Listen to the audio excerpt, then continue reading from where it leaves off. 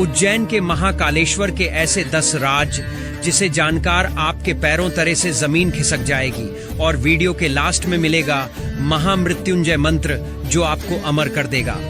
महाकाल की पुकार, उज्जैन की पवित्र कथा। अध्याय 1, प्रलय से पहले का उज्जैन। जब धरती कांपने लगी, जब धर्म थरथराने लगा, तब महाकाल ने अपना तीसरा नेत्र खोला। बहुत पुरानी बात है। समय की रेत में जब इंसान ने अभी कलम पकड़ना नहीं सीखा था, जब न कोई राजा था न कोई सिंहासन, तब भी धरती थी, आसमान था और उज्जैन था।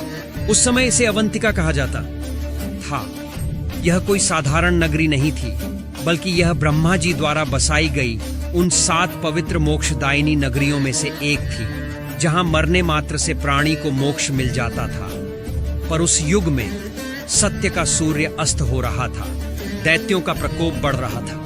अवंतिका में राक्षस दूषण और शंभुक ने अत्याचार की सीमा पार कर दी थी। छोटे बच्चों को उठा ले जाते, यज्ञ विध्वंस करते, मंदिरों को तोड़ते और संतों की हत्या करते।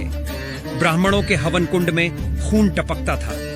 चीत्कार इतनी भयानक थी कि रात के अंधेरे में चंद्रमा भी कांप जाता था। देवता डर के मारे स्वर्ग से पृथ्वी पर उतरना भूल गए थे। ये समय अब प्रलय की ओर बढ़ रहा है। ये शब्द एक प्राचीन भविष्यवाणी के थे, जिसे सहस्त्रों वर्ष पूर्व महर्षि अगस्त्य ने लिखा था। उन्होंने कहा था, जब धर्म डगमगाएगा और मृत्यु के भय से प्राणी कांपेंगे, तब स्वयं महाकाल प्रकट होंगे उज्जैन में काल को हराने। उसी समय उज्जैन के जंगलों में एक भीड़ राजा चंदन तपस्या कर रहा था। वह कोई पंडित या आर्षि नहीं था, न वेद जानता था न मंत्र, पर उसके भीतर एक आग थी अपनी प्रजा के लिए। उसने 12 वर्षों तक जंगल के बीच एक शिवलिंग के समक्ष उपवास किया। केवल एक बेलपत्र चढ़ाता और कहता, हे शिव, मेरी प्रजा को बचा लो। मैं राजा नहीं, रक्षक बनना चाहता हूँ, पर मेरे हाथ बंधे हैं, आप ही मेरा अस्त्र बनो। बरसात में भीगता, धूप में जलता, भूखमरी से कांपता शरीर, पर आंखों में भक्ति की ज्वाला। 12वें वर्ष की पूर्णिमा की रात जंगल में बिजली गिरी, आकाश फट पड़ा और धरती कांपने लगी। वह शिवलिंग जो साधारण प्रतीत होता था, उससे धुएं की लपटें उठने लगी। हवा से एयूएम नमः शिवाय की ध्वनि गूंजने लगी, और फिर शिव स्वयं प्रकट हुए। पर ये शिव सौम्य नहीं थे, ये महाकाल थे, भयंकर, कालजयी, रौद्र। उनके बाल बिखरे हुए, गले में मुंडमाला, आंखों में ज्वालाएं और त्रिशूल पर तांडव करती हुई अग्नि। उनका स्वर गूंजा। जब काल खुद अन्याय करे तो महाकाल को आना पड़ता है। चंदन, तेरा पुकार सुन लिया गया है। अध्याय 2, भील राजा चंदन और महाकाल का युद्ध। जब अन्याय हद पार करता है, तब ईश्वर को अपना सौम्य रूप छोड़ना पड़ता है। तब शिव नहीं, महाकाल आते हैं। वह रात जो उज्जैन के इतिहास में कभी नहीं भुलाई जाएगी। अकेला भील राजा चंदन जंगलों में तपस्या कर रहा था, और उसके समर्पण ने स्वयं महाकाल को पृथ्वी पर खींच लिया। शिव के प्रकट होते ही सारी प्रकृति थम गई, हवा रुक गई, पशु पक्षी स्तब्ध हो गए और आसपास की वनस्पतियां झुक गईं। महाकाल ने चंदन की ओर देखा। वो कोई परीक्षित भक्त नहीं था, उसे वेद नहीं आते थे, मंत्रों का उच्चारण भी नहीं, पर उसकी आंखों में जो भाव था वह किसी शास्त्र से अधिक शक्तिशाली था। शिव बोले, राजा नहीं, अब तू मेरा सेनापति है, मैं तेरे साथ चलूंगा, पर एक शर्त है, युद्ध तुम्हें भी करना होगा। चंदन ने बिना एक शब्द कहे अपना सिर झुका लिया।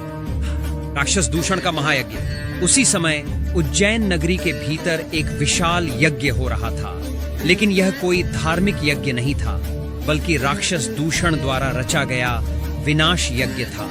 उस यज्ञ की अग्नि में मनुष्यों की बलि दी जा रही थी, ब्राह्मणों की हत्या हो रही थी, महिलाओं को अपमानित किया जा रहा था, और मंदिरों की घंटियां चुप थीं। दूषण के शब्द गूंजे। इस धरती पर अब कोई भगवान नहीं बचा। शिव भी डरकर भाग गया। उसी क्षण आकाश से भयानक गर्जना हुई, तूफान उठा, बादलों ने अंधकार फैला दिया और उज्जैन के दक्षिण द्वार से तेज रोशनी आई। महाकाल का प्रवेश। शिव महाकाल रूप में प्रवेश कर चुके थे। त्रिशूल उठाकर उन्होंने आकाश की ओर देखा और घोषणा की, हे काल, अब तेरा अंत निश्चित है। मैं महाकाल हूँ, जो काल को भी निगल जाए। उनकी आंखों से अग्नि निकल रही थी, गले में नाक फुफकार मार रहे थे। भस्म से सना शरीर युद्ध के लिए तैयार था। उनके साथ चंदन भी था, हाथ में धनुष और आंखों में साहस। युद्ध आरंभ। राक्षसों की सेना हजारों में थी, पर शिव की एक हुंकार से ही सैकड़ों राक्षस जलकर भस्म हो गए। चंदन ने भी धनुष उठाया। उसका पहला बाण सीधे दूषण के भाई शंभुक की आंख में जा धंसा। शंभुक चीखते हुए गिर पड़ा। दूषण क्रोधित हुआ। उसने आकाश में उड़कर आग बरसाई, पर शिव ने त्रिशूल घुमाया और उस आग को खुद में समाहित कर लिया। शिव बोले, जिसे तुम अग्नि समझते हो वो मेरे शरीर की राख है। फिर उन्होंने अपना डमरू बजाया और धरती पर कंपन हुआ। काल लोक के द्वार खुल गए। मृत आत्माएं उन निर्दोषों की जिनकी हत्या हुई थी शिव के पीछे खड़ी हो गई। वे आत्माएं राक्षसों को जकड़ने लगी। हर चीख, हर दर्द, हर बद्दुआ शिव के अस्त्र में बदल गई। दूषण का अंत। दूषण ने महाशक्ति रूप लिया। वह पहाड़ जितना बड़ा हो गया। पर शिव ने तीसरा नेत्र खोला और अग्नि की ज्वाला सीधे दूषण पर गिरी। राक्षस चीखा, मुझे माफ कर दो।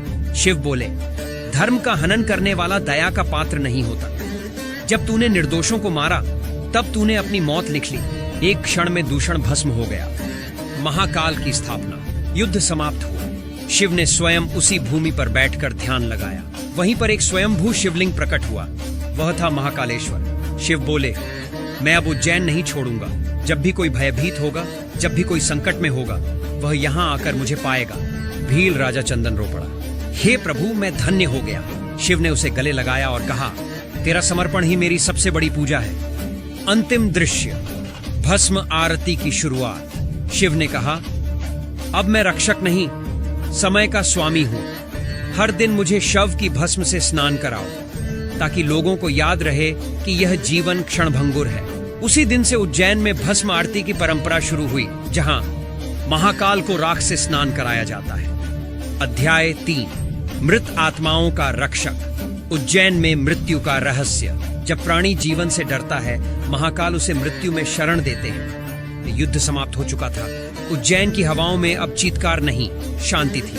महाकाल मंदिर की नींव रखी जा चुकी थी और राजा चंदन ने अपने जीवन को भक्ति और सेवा में समर्पित कर दिया था। लेकिन इस कथा का सबसे बड़ा रहस्य अभी बाकी था। मूक ब्राह्मण की कथा। उज्जैन में एक वृद्ध ब्राह्मण था, देवदत्त।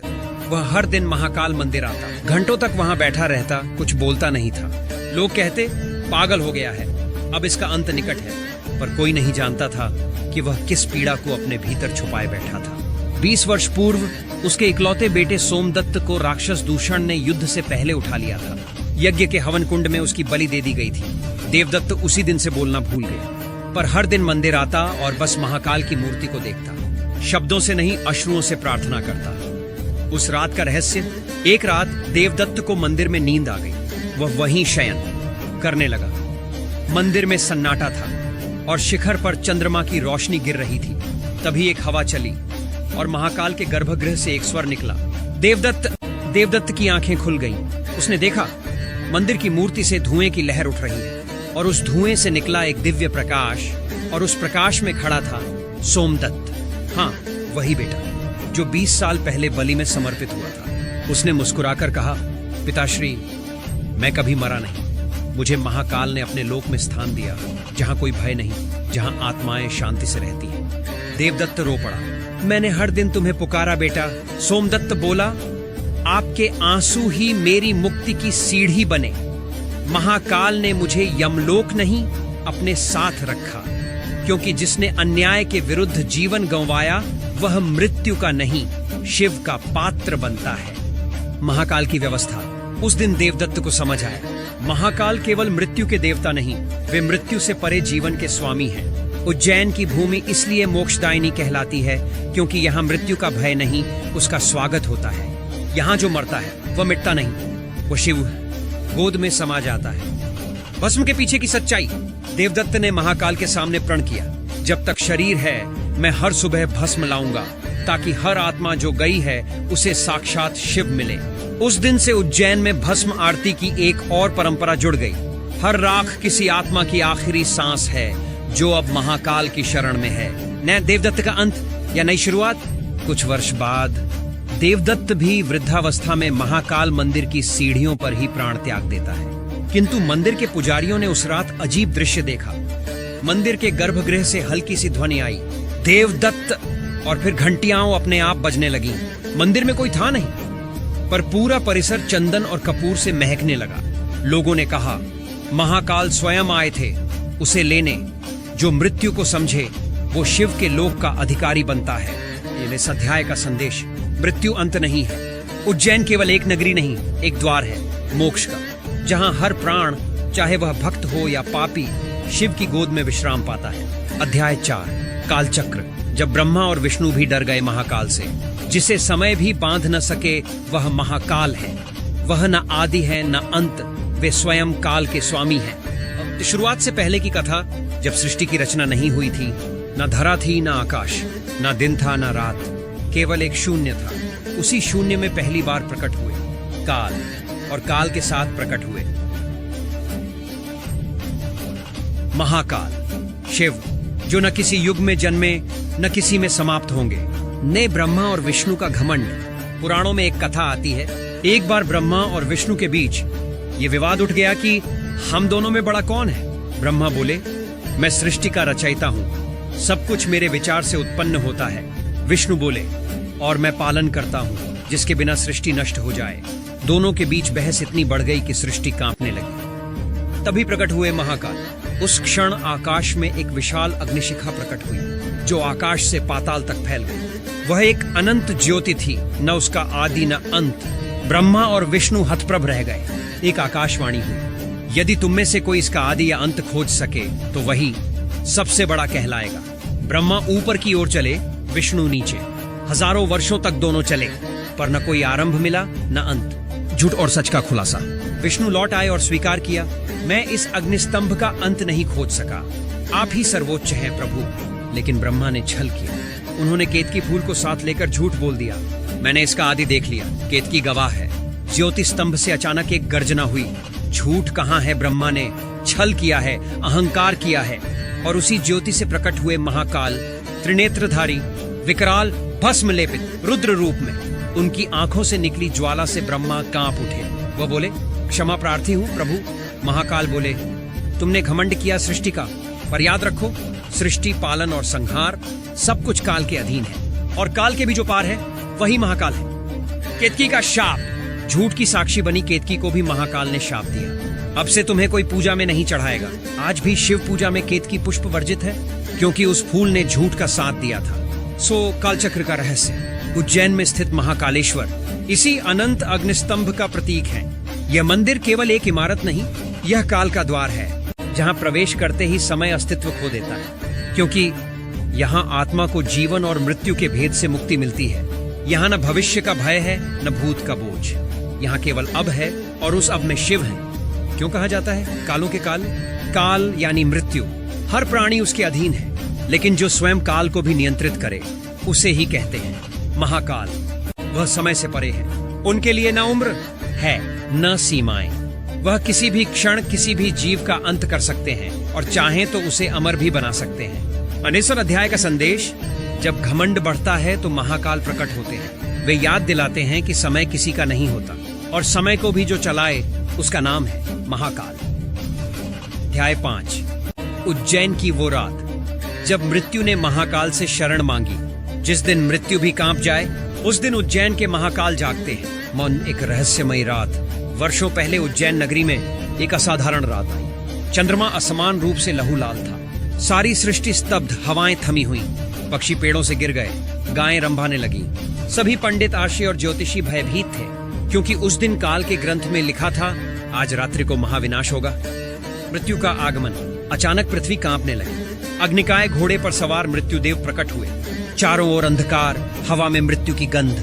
उन्होंने घोषणा की, आज रात्रि के तीसरे पहर इस नगरी के 1000 प्राणियों का अंत निश्चित है। यह ईश्वर का आदेश है। लोग चीखने लगे, मंदिरों में घंटियां बजने लगी। सभी महाकाल मंदिर की ओर दौड़े, रोते बिलखते हुए बोले, हे महाकाल, रक्षा करो, मृत्यु आ चुकी है। महाकाल की चुप्पी। मंदिर के गर्भगृह में शिवलिंग शांत था। वातावरण गंभीर, जल अभिषेक थमा हुआ। लेकिन फिर एक पल को बेलपत्र हिलने लगे, नंदी की आंखें चमकी, और मंदिर के भीतर तेजस्वी प्रकाश फैल गया। मृत्यु का सामना महाकाल से। मृत्युदेव स्वयं मंदिर के भीतर पहुंचे, पर जैसे ही उन्होंने शिवलिंग के समीप पैर रखा, एक भयंकर गर्जना हुई। त्रिशूल के स्पर्श से धरा फट गई, भस्म का तूफान उठा, और वहीं प्रकट हुए महाकाल। उनकी आंखें ज्वाला से भरी थी, बाल खुले हुए, शरीर पर रुद्राक्ष, और वाणी से निकला, ठहर जा मृत्यु, उज्जैन मेरी नगरी है। यहाँ जो मुझसे शरण मांगे उसे कोई छू नहीं सकता, तू भी नहीं। मृत्यु का सिर झुक गया। मृत्युदेव कांपते हुए बोले, प्रभु मैं आदेश का पालन कर रहा हूँ, परंतु आपके शब्दों के आगे मेरी कोई शक्ति नहीं। महाकाल बोले, जा वापस जा। उज्जैन में जब तक मेरा वास है यहाँ की आत्माएं तेरे अधीन नहीं होंगी। रहस्य जन्म लेता है। उसी दिन से उज्जैन के महाकाल मृत्यु पर विजय के प्रतीक बन गए। आज भी महाकाल की भस्म आरती रात 4 बजे होती है, क्योंकि उसी समय मृत्यु मंदिर में आई थी और शिव ने उसे वापस भेजा था। वह भस्म जो किसी की चिता की होती है, उसी से शिव को सजाया जाता है, ये बताने के लिए कि मृत्यु भी शिव का श्रृंगार है। मन अध्याय का सार, ये जो महाकाल की शरण में आता है, मृत्यु भी उसका कुछ नहीं बिगाड़ सकती। इसलिए भक्त महाकाल से कहते हैं, मुझे जीवन नहीं चाहिए प्रभु, मुझे बस आपकी भक्ति में मृत्यु चाहिए। अध्याय 6, भस्म आरती का रहस्य। क्यों महाकाल को चिता की भस्म लगाई जाती है? जहां लोग मृत्यु से डरते हैं, वहां महाकाल उसे शरीर पर धारण करते हैं। ना उज्जैन की सुबह जो किसी और जगह नहीं होती, हर दिन उज्जैन में सुबह 4 बजे घंटियों की गूंज नहीं, बल्कि मृत्यु की चुप्पी टूटती है, क्योंकि यह वह समय होता है जब स्वयं काल के आराध्य महाकाल को चिता की भस्म से सजाया जाता है। भस्म आरती क्या है? यह कोई साधारण आरती नहीं, यह सृष्टि और संहार की पूजा है। यह शिव के उस रूप की आराधना है जो बताता है, मैं सृजन नहीं, अंत का सौंदर्य हूँ। आरती में महाकाल को ताजी चिता से लाई गई भस्म शुद्ध करके स्नान के बाद पूरे शरीर पर लगाई जाती है। कैसे आती है भस्म? पुराने समय में यह परंपरा थी कि जिस भक्त की मृत्यु महाकाल की भक्ति में हो, उसी की चिता से भस्म लाई जाती थी। आजकल यह प्रक्रिया प्रतीकात्मक हो गई है, लेकिन अब भी भस्म रात भर शुद्ध की जाती है। पंचामृत स्नान के बाद शिव को लेप की तरह चढ़ाई जाती है। वो इस परंपरा की शुरुआत कैसे हुई? एक कथा आती है। एक बार एक वृद्ध शिव भक्त, जिसे समाज ने त्याग दिया था, महाकाल के मंदिर के बाहर तड़पता हुआ मरा। जब उसकी चिता जल रही थी तो एक पुजारी को सपना आया, मेरे भक्त की भस्म मुझे अर्पित करो। पुजारी ने वही किया और तभी से यह परंपरा आरंभ हुई। जो शिव का है, वो उसकी भस्म भी शिव को जाती है। वो भस्म मृत्यु नहीं, मुक्ति का संकेत। इस भस्म में वह शक्ति है जो शरीर के अभिमान को मिटा दे। यह बताती है, जो आज जीवित है कल भस्म होगा। लेकिन महाकाल इसे शरीर पर लगाकर घोषणा करते हैं, मृत्यु मेरा श्रृंगार है, तू मुझसे भयभीत मत हो, मुझ में समा जा। वो आरती का दृश्य, एक अलौकिक अनुभव। जब आरती आरंभ होती है, शिव को भस्म चढ़ती है, शंख और नगाड़े बजते हैं, पुजारी त्रिशूल लेकर मंत्र पढ़ते हैं, भक्त मौन में लीन होते हैं। वह क्षण बताता है, यह मंदिर नहीं, मृत्यु से मुक्ति का द्वार है। 19 अध्याय का संदेश। भस्म आरती हमें याद दिलाती है कि मृत्यु अंत नहीं, महाकाल की गोद में प्रवेश है। अध्याय 7, रक्षक भी संहारक भी। महाकाल की कृपा से बदली एक गांव की किस्मत। जब संकट आए चारों ओर से, तो एक पुकार काफी होती है, महाकाल। वर्ष 1918, मध्य भारत का एक गांव। उज्जैन से 60 कोस दूर एक छोटा सा गांव था, रामपुरा। खुशहाल लोग, खेतों में हरियाली। लेकिन उस साल गांव में फैली भयंकर महामारी, जिसे लोग काली हवा कहते थे। हर दिन कोई न कोई मरा करता। पंडित, वैद्य, तांत्रिक सब हार गए। वॉशिंगटन के अंतिम शब्द, महाकाल। एक रात गांव का सबसे वृद्ध व्यक्ति बाबा शिवदीन सभी को मंदिर के सामने इकट्ठा करके बोले, हम डॉक्टर के पास नहीं जाएंगे, हम उज्जैन जाएंगे। जहां मृत्यु रुकती है, वहीं जीवन फिर शुरू होता है। लोगों ने उन्हें पागल कहा, लेकिन कुछ गांव वाले मौत को सामने देख उनके साथ चल न पड़े महाकाल की शरण में। महाकाल मंदिर में पुकार। वे सभी उज्जैन पहुंचे, शिवलिंग के सामने गिर पड़े, रोते हुए बोले, हे महाकाल, अगर आप सच में हैं तो हमारे गांव लौटिए, नहीं तो हमें भी इसी चबूतरे पर भस्म कर दीजिए। एक चमत्कार, धूनी में आग। महाकाल मंदिर में स्थित धूनी अग्निकुंड अचानक भड़क उठी। पुजारी चौंक गए, मंत्र अपने आप गूंजने लगे और उसी समय एक काली छाया मंदिर से निकली, जो गांव की दिशा में बढ़ गई। गांव में परिवर्तन। रामपुरा लौटते समय लोगों ने देखा, जहां महामारी का तांडव था, वहां अब शांति थी। मरते लोग होश में आने लगे। बच्चे जो बेहोश थे, अब माँ की गोद में मुस्कुरा रहे थे। गांव में 3 रातों तक कोई मौत नहीं हुई। 5वें दिन गांव में एक शिव मंदिर बनवाया गया, महाकाल धाम। सत्य घटना या आस्था? कुछ लोग इसे संयोग कहते हैं, कुछ इसे चमत्कार। लेकिन गांव वालों का विश्वास आज भी अडिग है। हर साल उस गांव से 21 भक्त पदयात्रा करके महाकाल मंदिर आते हैं और कहते हैं, हमारे गांव को न वैद्य ने बचाया, न विज्ञान ने हमारे गांव को बचाया, महाकाल ने। इस अध्याय का सार, जहां धर्म डगमगाए, जहां मृत्यु डराए, वहां केवल एक नाम जपे, महाकाल महाकाल महाकाल। 100 अध्याय 8, काल भैरव, महाकाल के सेनापति का रहस्य, जो आज भी शराब पीते हैं। जहां धर्म की रक्षा करनी हो, वहां सबसे पहले जाते हैं काल भैरव। भैरव कौन है? शिव के ही एक भयंकर रूप, काल भैरव, जिन्हें कहते हैं काल के भी काल। जब ब्रह्मा ने अहंकारवश शिव का अपमान किया, तो शिव ने अपने क्रोध से काल भैरव को उत्पन्न किया और भैरव ने ब्रह्मा का एक सिर काट डाला। भैरव उज्जैन के सुरक्षा प्रमुख। उज्जैन में महाकालेश्वर मंदिर की रक्षा कोई सेना नहीं करती, बल्कि काल भैरव करते हैं। उनका मंदिर महाकाल से कुछ ही दूरी पर है। रात के समय जब महाकालेश्वर मंदिर बंद हो जाता है, तो माना जाता है अब सुरक्षा की जिम्मेदारी भैरव की है। शराब चढ़ाने की परंपरा। काल भैरव को मदिरा, शराब चढ़ाई जाती है। हर दिन हजारों लोग एक बोतल शराब लेकर उनके दर्शन को आते हैं। पुजारी शराब की एक धार भैरव जी की मूर्ति के होठों से लगाते हैं, और अद्भुत बात यह होती है कि शराब खुद ब खुद गायब हो जाती है। क्या सच में पीते हैं भैरव? शास्त्रों में लिखा है, काल भैरव भोगों के अधिपति नहीं, बल्कि वैराग्य और तंत्र के रक्षक हैं। भोग को वे नष्ट नहीं करते, बल्कि उसका उपयोग आत्मिक शक्ति के लिए करते हैं। इसीलिए भैरव को छड़ी शराब भक्ति बन जाती है, और भक्त को डर से मुक्ति। भैरव और तंत्र मार्ग। पुराने ग्रंथों में भैरव को तंत्र का अधिपति कहा गया है। उनके मंदिरों में रात्रि साधनाएं होती हैं, जहां साधक अपने भीतर के अंधकार से लड़ते हैं। काल भैरव उन्हें साहस, शक्ति और संरक्षण देते हैं। कौन एक सच्ची घटना, शराब बोतल का चमत्कार। एक बार एक अपराधी भैरव जी के दर पर झूठी श्रद्धा से शराब की बोतल लेकर आया। जैसे ही पुजारी ने भैरव को शराब चढ़ाई, मूर्ति ने कुछ नहीं पिया। लोग हैरान, पुजारी भी स्तब्ध। तभी एक वृद्ध ने कहा, भैरव भावना पीते हैं, शराब नहीं। अगले दिन वही अपराधी रोता हुआ लौटा, और इस बार पूरे मन से श्रद्धा से चढ़ाया भोग। मूर्ति ने पी लिया। जब इस अध्याय का सार, भैरव पूजा सिखाती है, डर से नहीं, श्रद्धा से जुड़ो, और अगर तुम सच्चे हो तो भैरव तुम्हारे रक्षक हैं। अध्याय 9, उज्जैन की काल गणना। क्यों कहते हैं इसे कालों का नगर? जिसने समय को साध लिया, वही सच्चा साधक कहलाता है, और जो उज्जैन को जानता है, वो समय का स्वामी बन जाता है। और उज्जैन, यहाँ से समय चलता है। प्राचीन भारत में जिस शहर को काल गणना का केंद्र माना गया, वो कोई और नहीं बल्कि उज्जैन था। यहाँ से भारतीय पंचांग की गणना शुरू होती थी। यह था ग्रीनविच से भी पहले का प्राइम मेरिडियन। काल का अर्थ क्या है? काल समय। लेकिन उज्जैन में काल का अर्थ मात्र घड़ी का चलना नहीं, बल्कि जीवन का रहस्य, जन्म मृत्यु का बोध और आत्मा की यात्रा है। महाकाल समय से परे। क्यों कहते हैं महाकाल को समय के पार? क्योंकि जब शरीर नष्ट होता है, तब भी आत्मा शेष रहती है, और उस आत्मा की गति को समझने वाला जो देव है, वो है महाकाल। महाकाल मंदिर केवल एक तीर्थ नहीं, बल्कि काल का भेदन करने का द्वार है। संदीपनी आश्रम, श्री कृष्ण की शिक्षा, उज्जैन के पास स्थित है। संदीपनी आश्रम, जहां भगवान श्री कृष्ण, बलराम और सुदामा ने शिक्षा पाई। ये वही स्थान है जहां श्री कृष्ण ने समय, शास्त्र और संकल्प को समझा और साधा। कहते हैं संदीपनी मुनि के आश्रम में समय स्थिर हो जाता था, क्योंकि वहां जो सिखाया जाता वो कालातीत होता। कालचक्र, शिव का रहस्य।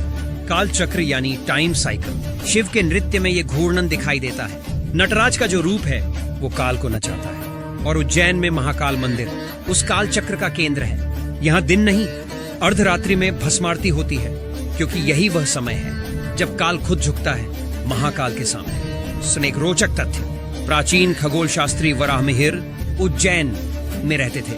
उन्होंने यहाँ से तारे, ग्रह और नक्षत्रों की गति की गणना की, और आज भी कई वैज्ञानिक मानते हैं कि उज्जैन टाइम कैलकुलेशन का आधार बिंदु था। जब इस अध्याय का सार, काल से लड़ना नहीं है, काल को समझना है, और उज्जैन वो भूमि है जहां काल भी महाकाल के चरण छूता है। अध्याय 10, भस्म आरती। क्यों हर सुबह चिता की राख से होता है महाकाल का श्रृंगार?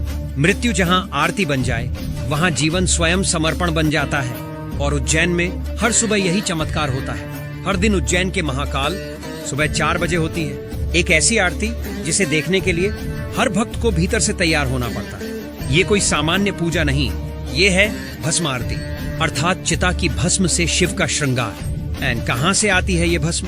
पुराने समय में ये भस्म ताजी चिता से लाई जाती थी। मतलब जिस देह का अंतिम संस्कार हुआ हो, उसकी राख से महाकाल का श्रृंगार होता था। आज भी ये परंपरा प्रतीक रूप में जीवित है। विशेष मंत्रों से शुद्ध की गई राख प्रभु को चढ़ाई जाती है। क्यों चढ़ाई जाती है भस्म? शरीर नश्वर है लेकिन आत्मा अमर है। महाकाल शिव को सजाने का अर्थ है मृत्यु को स्वीकार करना, ना कि उससे डरना। भस्म उनके लिए श्रृंगार नहीं बल्कि संदेश है। हे मानव, तू जो शरीर पर अभिमान करता है वो एक दिन राख बन जाएगा, इसीलिए विनम्र हो जा। भस्म आरती के नियम हर कोई नहीं देख सकता।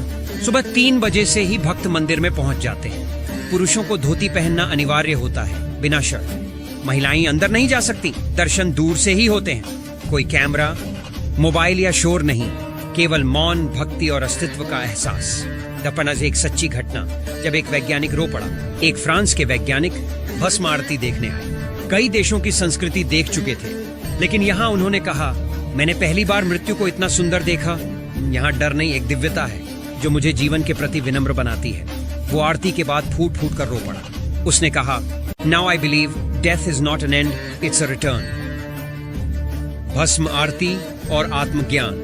जब आरती में घंटियों की ध्वनि गूंजती है, भस्म उड़ती है और पुजारी शिव को उस भस्म से सजाते हैं, तो हर श्रद्धालु के मन में एक मौन सवाल जन्म लेता है, क्या मैं भी तैयार हूँ राख बनने के बाद शिव का अंश बनने को? जब इस अध्याय का सार, भस्म आरती सिर्फ एक परंपरा नहीं बल्कि मृत्यु से मिलने का वह क्षण है जब आत्मा मुस्कुराकर कहती है, अब मैं शिव के पास हूँ।